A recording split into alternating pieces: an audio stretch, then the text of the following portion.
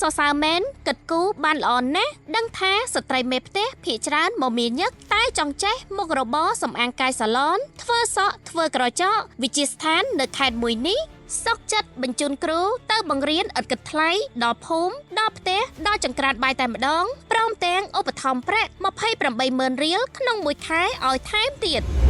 ពិតជាគួរឲ្យសរសើរមែនដោយយល់ថាស្ត្រីមេផ្ទះមួយចំនួនមកមានញឹកខ្លាំងទៅនឹងកិច្ចការផ្ទះរាប់រយចម្ពោះមិនអស់តែចង់ចេះផ្នែកសម្អាងធ្វើសក់ធ្វើក្រចកផាត់មុខដើម្បីរកចំណូលជួយផ្គត់ផ្គង់គ្រួសារតែបែរជាគ្មានពេលវេលាគ្រប់គ្រាន់មករៀនដល់សាលាឬដោយសារសាលានៅឆ្ងាយផ្ទះនោះលោកនាយកក៏បានបង្កើតកម្មវិធីបង្រៀនដោយបញ្ជូនគ្រូឲ្យទៅបង្រៀនដល់ផ្ទះដល់ភូមិតែម្ដងការបង្កើតកម្មវិធីចុះបង្រៀនដល់ផ្ទះដល់សហគមន៍នេះគឺពិតជាបានជួយសម្រួលដល់បងប្អូនស្ត្រីជាពិសេសស្ត្រីមេផ្ទះបានមករៀនច្រើននិងទៀងទាត់ពេលវេលាទៀតផងតាមរយៈការចុះបង្រៀនដល់ភូមិស្រុកនេះវិទ្យាស្ថានពហុបច្ចេកទេសភូមិភាគដីជោសែនតាកែវបានបង្រៀនសិស្សផ្នែកសម្អាងកាយសាឡនមានដូចជា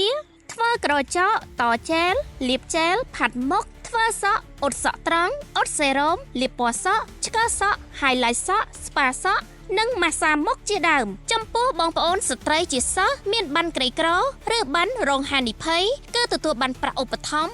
28,000រៀលក្នុងមួយខែកំឡុងពេលរៀនផងដែរគួរបញ្ជាក់ថាកម្មវិធីចុះបង្រៀនដល់បងប្អូនស្ត្រីជាពិសេសស្ត្រីមេផ្ទះនេះរៀបចំដោយវិទ្យាស្ថានពហុបច្ចេកទេសភូមិភាគដីជោសែនតាកែវមានទីតាំងស្ថិតនៅភូមិ3សង្កាត់រកាក្នុងក្រុងដូនកែវខេត្តតាកែវវិទ្យាស្ថានក៏មានបង្រៀនជំនាញរយៈពេលខ្លីជាច្រើនមុខទៀតដោយមិនគិតថ្លៃរួមមានការដំឡើងបណ្ដាញអគ្គិសនីក្នុងអគារការរចនាក្រាហ្វិកដោយកុំព្យូទ័រការតបណ្ដាញទឹកការងារកំបោរបុកឥដ្ឋជាងសំណង់ការថែទាំ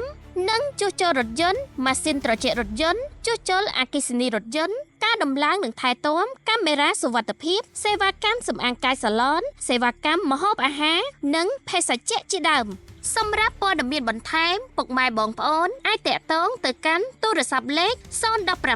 733 304 098 522 675 010 878 838 098 635 665